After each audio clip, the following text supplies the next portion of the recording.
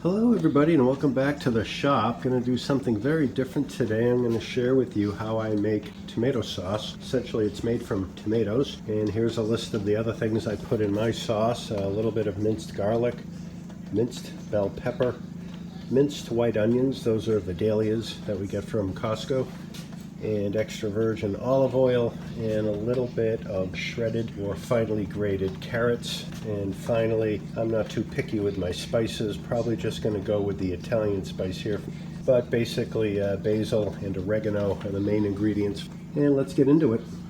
So these came from the garden. I just picked most of them today. They're vine ripened, and not sure how much sauce I'm going to get out of it. I like to make at least 1 quart, and then at the end you'll see that I store them in the freezer 1 quart at a time in gallon-sized bags. First thing I like to do is get the onions and peppers and garlic very gently cooking in a little bit of olive oil. Shut the light out and I'll show you. This is under very low heat. Don't really want to cook it as much as just get the flavors of these vegetables into the olive oil. You certainly don't want to burn the garlic. If you had put a little brown on the onions, that probably wouldn't be so bad for flavor.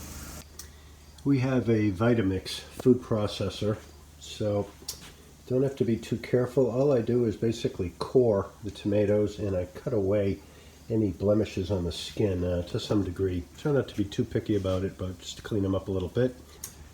Okay, I got this fairly full.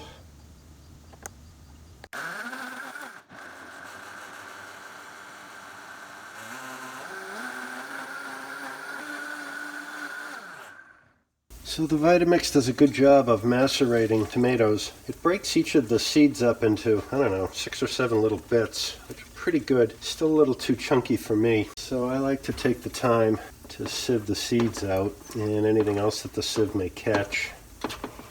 One advantage of the Vitamixer is it really pulverizes this stuff much better. And passing the sauce through the sieve, as you can see, is very straightforward, very easy.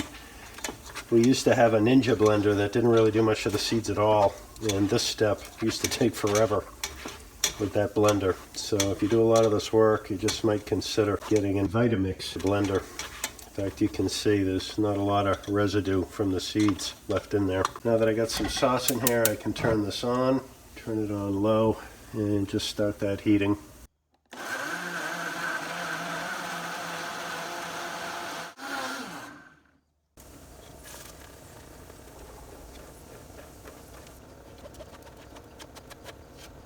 Now that all the tomato is in, I'm going to add the carrot. My parents always told me that adding carrots to a tomato sauce cut the acidity, was the term that they used. But thinking about it, I think it's just the fact that the carrots, while they're almost certainly not as acidic, they're also fairly sweet for a vegetable. And I think the added sweetness kind of takes the sharp bite away from the acidity of the tomato sauce. Also adds a little bit of viscosity to. And finally I can add the onions and peppers and garlic. Adds a little bit more of a complexity to the flavor, but that's not bad.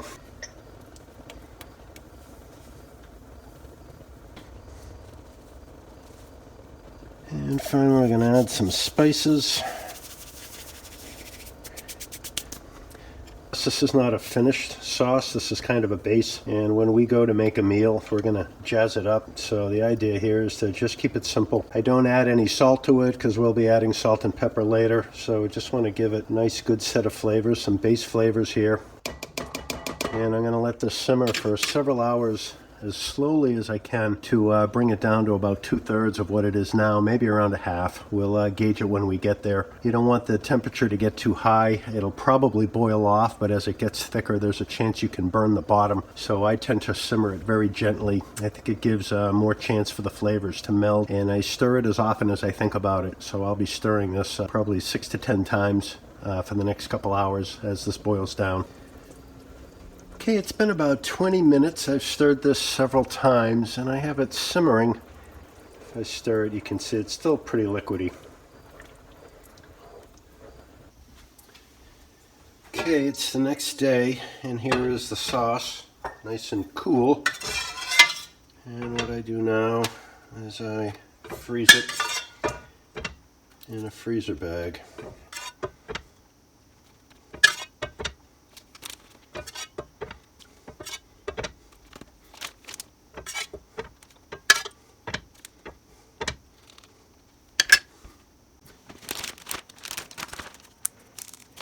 carefully squeeze the air out.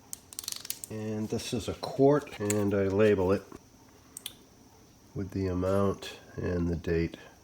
So I got about 3 liters out of this batch. I'm going to bring it to the freezer. One of my family members actually had some of the sauce last night. They tried it out. They said it was actually kind of sweet, which was a pleasant surprise. You know, when you make tomato sauce like this, you're at the mercy of how good tasting the vegetables that go in it are. And here is this year's bounty of tomato sauce. I've got 6 or 7 quarts in there that are being frozen for use later this year. As always, appreciate you making it to the end of the video. That's all I got for now. And as I always say, take care, stay safe, keep your eyes out for the next one, and thanks for stopping by.